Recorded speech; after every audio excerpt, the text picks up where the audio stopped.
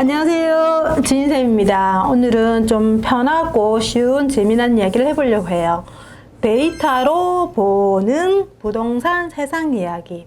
저는 데이터를 많이 다루고 있는 사람이에요. 그러다 보니까 데이터에서 나오는 이 값으로 세상이 어떤 현상이 일어나겠구나 라는 생각이 드는 부분들이 있어요. 그런 부분들을 모아 여러분들에게 제공해 드리겠습니다. 한번 살펴보도록 할게요. 첫 번째, 여러분들이 어떤 생각을 하고 있는지를 세상은 알고 있습니다. 그래서 대표적으로 여러분들 구글 검색창에 들어가시면 구글 트렌드라고 있어요. 거기 들어가시면 여러분들이 지금 어떤 생각을 하고 있는지, 어떤 키워드를 많이 검색을 하는지에 대한 부분들이 이제 추이선들이 나오거든요. 그러다 보니까 내가 관심 있는 키워드를 서로 비교를 해서 지금 많은 사람들은, 다수들은 이런 생각들을 하고 있구나 라고 비교를 해 보실 수 있어요. 구글이라는 사이트에서도 진행하고 있지만 국내 사이트인 네이버 트렌드도 마찬가지입니다. 그래서 여러분들 네이버 트렌드에 들어가셔가지고 여러분들이 관심 있는 카테고리를 정하셔가지고 거기에 키워드를 여러 개를 비교해 보실 수 있습니다. 저는 오늘 구글 트렌드에서 최근에 코로나 2차 확산으로 굉장히 코로나에 대한 관심들이 높아졌죠. 저 또한도 가끔씩 코로나 확진자 이렇게 검색을 하고 있는데, 보니까 최근에 들어서 코로나에 관련된 감염증에 관련된 키워드가 증가하고 있다는 걸 알 수가 있을 것 같고요. 그리고 지난주 검색량을 보니까 이제 마스크, 그리고 손 세정제, 손 씻기 이 부분에서는 압도적으로 마스크가 높습니다. 그래서 여러분들 외출하실 때 반드시 마스크 착용하셔가지고 건강 꼭 챙기세요. 다음으로는 저희는 이제 부동산을 하기 때문에 부동산에 관련된 이제 키워드를 몇 가지를 넣어보는데, 기본적으로 저는 두 가지 키워드를 넣어봤어요. 부동산과 주식. 지금 최근에 710 대책 이후에 많은 유동 자산들이 주식으로 많이 흘러갔습니다. 흘러가다 보니까 지금 아무래도 주식에 관련된 관심도가 많기 때문에 주식의 키워드가 더 많이 증가하는지, 그리고 부동산의 키워드가 더 많이 증가하는지를 좀 살펴볼 건데요. 지금 보시는 선에서 파란 색깔이 주식입니다. 그리고 빨간색이 부동산입니다. 그래서 보시면 굉장히 이 시기에 주식이 굉장히 높았고요. 최근에 들어와서 보면 우상향으로 주식이 굉장히 많이 올라갔습니다. 많이 올라가고 지금 최근 들어서 살짝 꺾였는데, 지금 반면 부동산은 계속 조금 이렇게 보합 상태에 있다, 추세선으로 살짝 고개를 숙였다라고 알 수 있을 것 같고요. 그러면 관련 검색어를 보면 모더나 주식, 이거는 제가 잘 모르겠어요. 주식에 관련돼서는 델타 항공 주식이라든지 카니발 주식이라든지 이런 주식들이 많은 분들이 검색을 하시나 봐요. 저는 주식 투자를 하지 않아서 잘 모르는 델타 항공만 알 수 있을 것 같습니다. 그래서 이런 이제 검색어들을 많이 검색을 한다라는 걸 알 수 있을 것 같고요. 그 다음에 이제 부동산에 관련돼서는 보니까 코로나 부동산, 6.17 대책, 요게 많이 키워드로 검색을 하고요. 그리고 앙팡 부동산도 있네요. 그리고 12.16 대책. 그래서 지금 7.10 대책보다는 오히려 사람들이 6.17 대책에 대한 키워드를 많이 쓴다라고 되어 있는데, 그거는 제가 보기에는 기간적으로 7.10에 대한 키워드를 검색하는 기간이 짧아서 아마 그렇지 않겠나라는 생각이 들고, 향후 한 달 후 정도 돼서 부동산과 주식을 비교해보면 그때는 710의 대책에 대한 키워드가 높지 않겠나 생각이 들어요. 왜냐면 다주택자 투자자 입장에서는 6.17 대책보다는 지금 710 대책이 더 강력한 대책이죠. 왜 그러냐면 사지도 마라, 보유도 하지 말고 팔지도 마라, 이거 손발을 다 묶어버리기 때문에. 그래서 지금은 6.17 대책은 규제 지역이 아닌 비규제 지역으로 갔으면 되는데, 지금 710 대책은 규제 비규제를 상관없이 지금 못사게 막아버렸기 때문에 좀 문제가 좀 더 다른 국면인 겁니다. 그러면 첫 번째 부동산 지인으로 살펴볼 데이터는 뭐냐면 전출입이라는 데이터입니다. 여러분들 전출입 왜 보시나요? 전출입은 왜 보느냐면 지역 간의 이동을 통해서 대체 지역을 뽑는 데이터입니다. 그래서 우리 지역 사람들이 어느 지역으로 가장 많이 나가는지, 그리고 그 지역 사람들이 우리 쪽으로 많이 들어오는지를 살펴보는 상관관계의 지표인 거죠. 그러면 A라는 지역에서 B라는 지역으로 많은 사람들이 나갑니다. 나간다는 이야기는 여러 요인이 있겠죠. 예를 들면 B라는 지역의 가격이 쌉니다. 싸다 보니까 A라는 지역의 사람들이 걸로 가겠죠. 그러면 왜 가격이 쌀까요? B라는 지역에 물량이 많아서 가격이 쌀 수가 있어요. 그래서 전세 물량들이 많아서 공급이 일시적으로 많이 하다 보면 전세 가격이 떨어지지 않습니까? 그러다 보니까 전세 가격이 싸기 때문에 A라는 지역에서 B라는 지역으로 많이 이동을 합니다. 그러면 A라는 지역에는 수급이 적정하거나 부족하더라도 가격이 크게 못 올라요. 왜 그러냐면 B 지역, 대체 지역에 물량이 많으면 이 물량이 소화되기까지는 A 지역은 가격 상승이 힘듭니다. 그래서 우리가 A와 B의 대체 지역을 찾기 위해서 전출입이나 데이터를 보는데 오늘은 다른 관점으로 여러분들하고 전출입을 좀 살펴볼 겁니다. 그게 뭐냐 하면 제가 갖고 있는 지역은 제주도입니다. 제주도라는 지역인데요. 이 제주도라는 지역 같은 경우는 이사를 나가는 걸 전출이라고 그러고 이사를 들어오는 거를 전입이라고 그럽니다. 그러면 나가고 들어오는 것은 뭐 일반적인 내륙 같은 경우는 3월달, 10월달 이렇게 많이 이사 거래를 많이 해요. 많이 하는데 제주도 같은 경우는 특이하게 보시면 여러분들 차트 보이시나요? 이렇게 뻥긋뻥긋 올라 있는 게 이게 뭐냐면 이빨처럼 이렇게 톡톡톡 튀어나왔죠. 이 톡톡 튀어나오는 시기가 다 2월달입니다.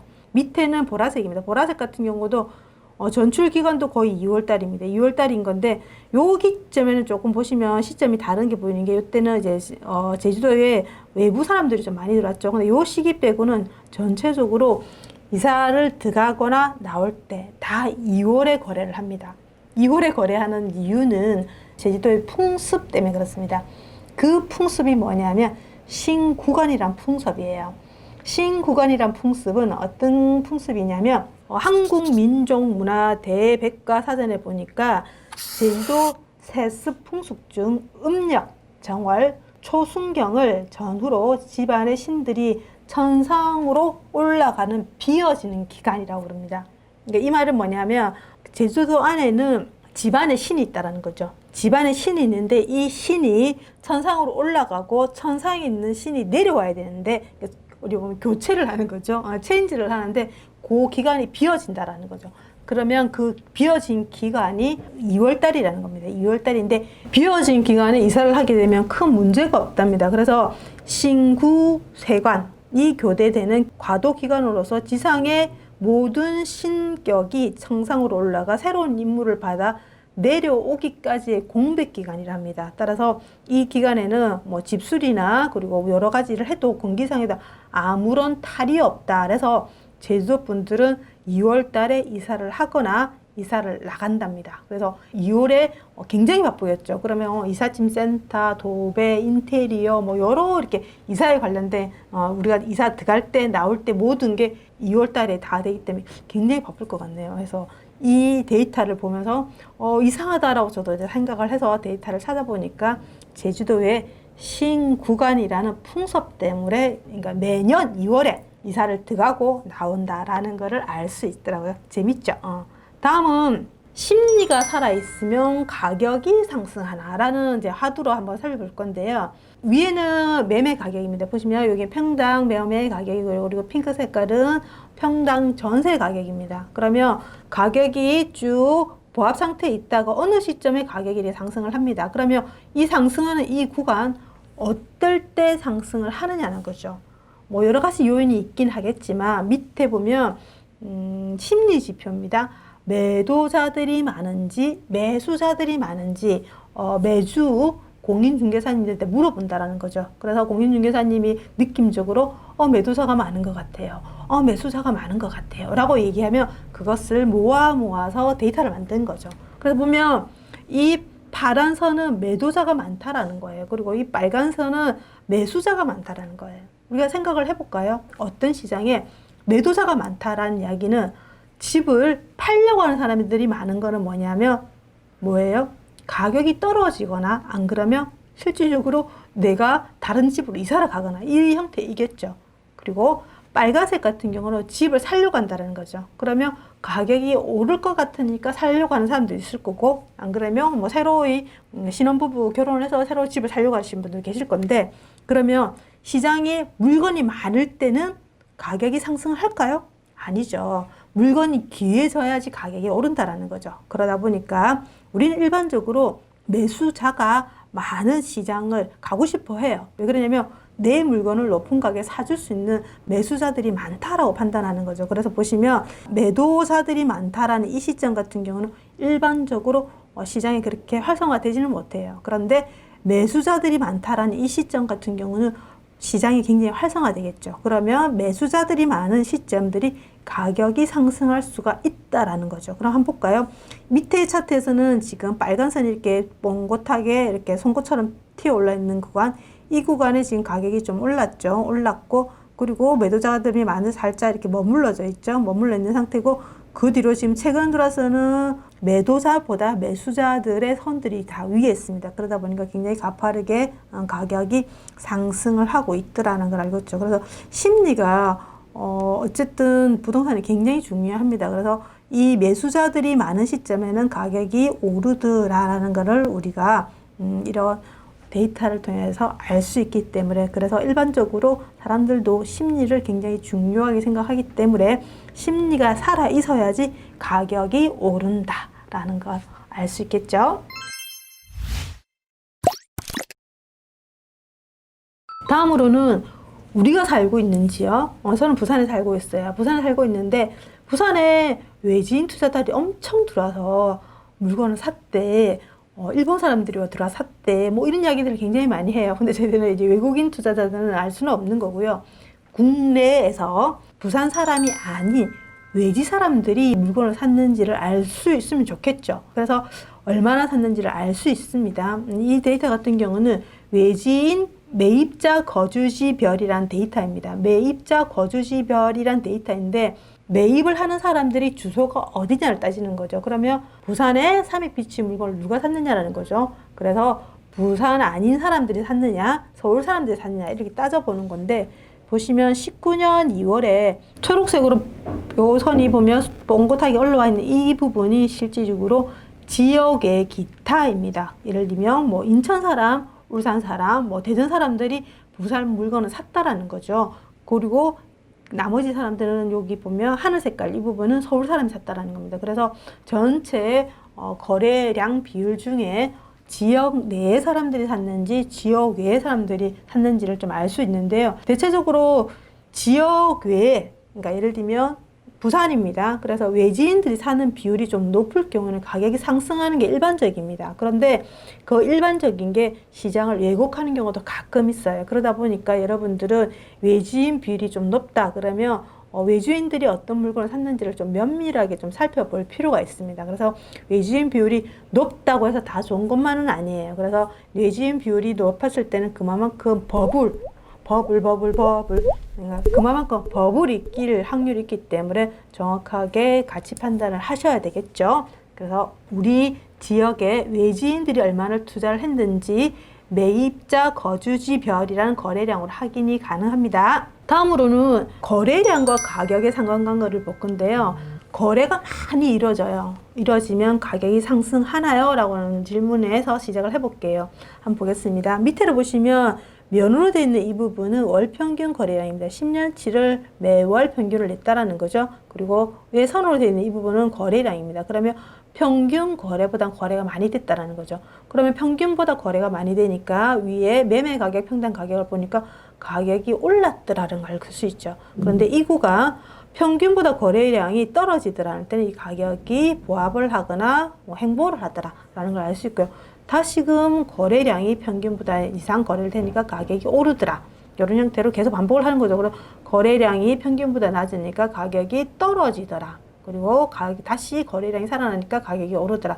이런 형태로 패턴이 존재하는 거죠. 그래서 항상 거래량이 선행되어줘야만이 가격이 상승한다라는 걸 우리가 알 수 있기 때문에 이런 지표를 통해서 거래량이 상승하는지 안 하는지 살펴보겠죠. 근데 요즘 시장이 조금 이제 다른 양상으로 가고 있습니다. 왜 그러냐면 투자자들이 투자를 할 수 없는 상황이 되다 보니까 지금의 시장을 매수를 주도하는 사람들은 누구냐면 무주택자가 들어갈 집들을 매수를 하거나 안 그러면 1주택자들이 갈아타기를 하기 위해서 매수를 하거나 안 그러면 좀 더 여유 있는 자금으로 하나 집을 사거나 이런 형태의 지금 거래가 이루어지고요. 안 그러면 조금 더 나아가면 오늘이 가장 싸다라는 물건들을 이제 매수를 하는 그런 형태로 지금 거래들이 조금씩 이루어지고 있고, 거의 이제 나머지 분들은 거래가 안 이루어지기 때문에 거래가 실질적으로 많이 없습니다. 그래서 6월, 7월은 굉장히 거래가 많이 됐었습니다. 근데 그 7월 거래량이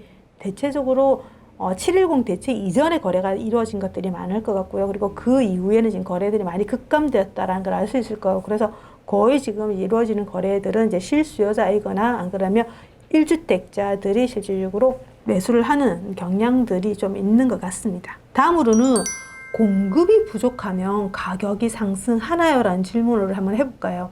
우리가 기본적으로 어떤 경제 활동에서는 수요와 공급, 항상 적정하게 그 시장에서 필요한 수요량이라는 게 있습니다. 그런데 그 수요량보다는 공급이 부족하면 당연히 가격은 오르겠죠. 그런데 이 부동산도 마찬가지일까요? 당연히 마찬가지겠죠. 그런데 이 부동산은 시점적인 부분이 일반적으로 조금 다르기도 합니다. 그리고 이런 데이터가 조금 일반화되면서 좀 앞당겨지는 부분도 좀 존재한다라는 거죠. 한번 볼게요. 지금 이 시장은 울산 시장입니다. 울산 시장인데 산처럼 보이는 이 면은 울산의 평당 매매 가격입니다. 이렇게 쭉 가격이 올랐다가 요 전고점으로서 지금 가격이 떨어졌다가 지금 다시금 회복을 하고 있는데 아직은 전고점을 회복하지 못했는데 계속 가격이 상승할 것인지 안 그러면 여기서 행보를 할 것인지 이 부분을 우리는 알고 싶지 않습니까? 그러면 뭘로 알 수 있느냐?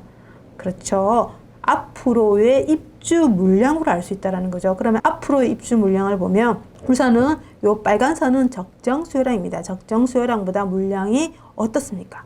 부족하죠. 부족하다 보니까 얘는 이렇게 점점점이 아니라 이렇게 오를 확률이 크다라는 것을 알 수 있다는 거죠. 그래서 어떤 시장에서 적정 수요량보다 물량이 적은지 작은지를 볼 건데, 근데 여기서도 이제 가격이 오른다라면 전체 아파트 가격이 오르냐? 이건 또 다른 이야기인 거예요. 왜 그러냐면 그 전에 물량들이 계속 들어왔기 때문에 이제 사람들의 리스가 이제 눈높이가 올라갔다라는 거죠. 그러다 보니까 거기에서도 입지 좋은 물건이거나 안 그러면 신축이거나 안 그러면 준축 이런 물건들이 가는 거지, 평균 이하의 물건들 같은 경우는 아파트 같은 경우 선호도가 아무래도 떨어지겠죠. 떨어지면 아무래도 상승폭도 둔화되고 오히려 가격 행보를 할 수 있는 그런 요인이 있을 수 있습니다. 그래서 물건을 보실 때는 항상 그 지역의 평균을 봤을 때 평균보다 좋은 물건인지 나쁜 물건인지를 좀 구분해 보시고요. 그래서 되도록이면 평균 정도 수준이거나 안 그러면 평균 이상인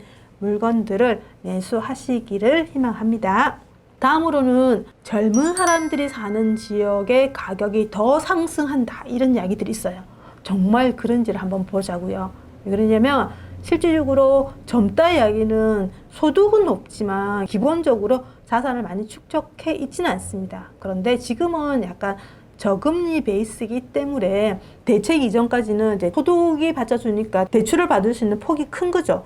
그러다 보니까 아무래도 유동성이 좀 더 많이 풍부해진 상태인데, 이 지역은 어디냐면 부산 동래구입니다. 동래구인데 동래구 안에 전체 평균에서 제가 40대를 끊었어요. 그러면 영유아에서 40대까지 포지션을 보니까 대략 한 58% 정도 되는 것 같아요. 그럼 58% 정도는 평균 이상 지역들을 한번 보자고요. 보니까 명륜동이 지금 보면 굉장히 높아요. 명륜동 같은 경우는 지금 60%가 넘고 거의 한 70% 가까이가 영유아에서 40대까지인 거죠. 그러니까 굉장히 높다라는 거죠. 그 다음 두 번째 지역이 사직동입니다. 그러면 동래구에서는 평균 이상 지역이 명륜동이고요. 그 다음에 사직동이라는 거죠. 그러면 이 두 지역은 평균보다 높다라는 거기 때문에 이 두 지역의 가격이 다른 지역보다 더 많이 상승하는지를 보면 알 수 있겠죠. 한번 볼게요. 이거는 지도에서 2년 기간 동안 18년 8월에서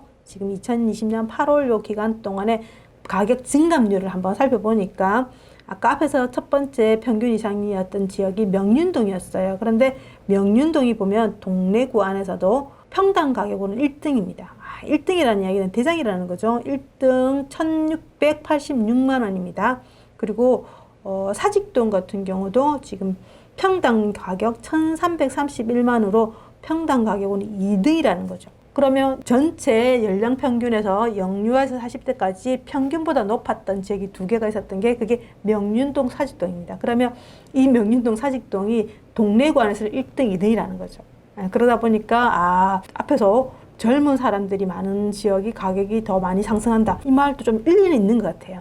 그리고 한번 볼까요? 증감률을 한번 살펴보면 명륜동은 2년 기간 동안 11.6%가 상승을 했어요. 그런데 사직동 같은 경우는 7.2%가 상승을 했고, 그리고 수안동 같은 경우는 10.7%가 상승을 했어요. 그러면 지금 증가율로 봤을 때는 2등이 수안동이고 3등이 사직동인데 딱 들어맞지는 않아요. 근데 1등은 맞는 것 같아요. 1등은 명륜동이 11.6%니까 아까 평균에서도 연령 분포도에서도 가장 높았던 게 명륜동이었거든요. 그럼 명륜동은 가격으로 1등, 그리고 가격 증감으로도 1등. 명륜동 맞아요. 그리고 사직동 같은 경우는 가격으로도 2등이지만 증감으로서는 3등으로 갔기 때문에 조금 유사하다라고 해서 뭐 확률적으로는 거의 뭐 한 80% 정도는 적용이 된다라고 볼 수 있겠죠. 그래서 여러분들이 모르는 지역 갔을 때는 그 지역에 영유아부터 40대까지 전체 비율보다 높은 지역들을 먼저 이렇게 뽑으셔가지고 살펴보시는 것도 하나의 투자 팁이 될 수 있겠죠. 여기까지 살펴보고요. 여러분들 재미있으셨다면 구독과 좋아요는 진쌤에게 큰 힘이 됩니다.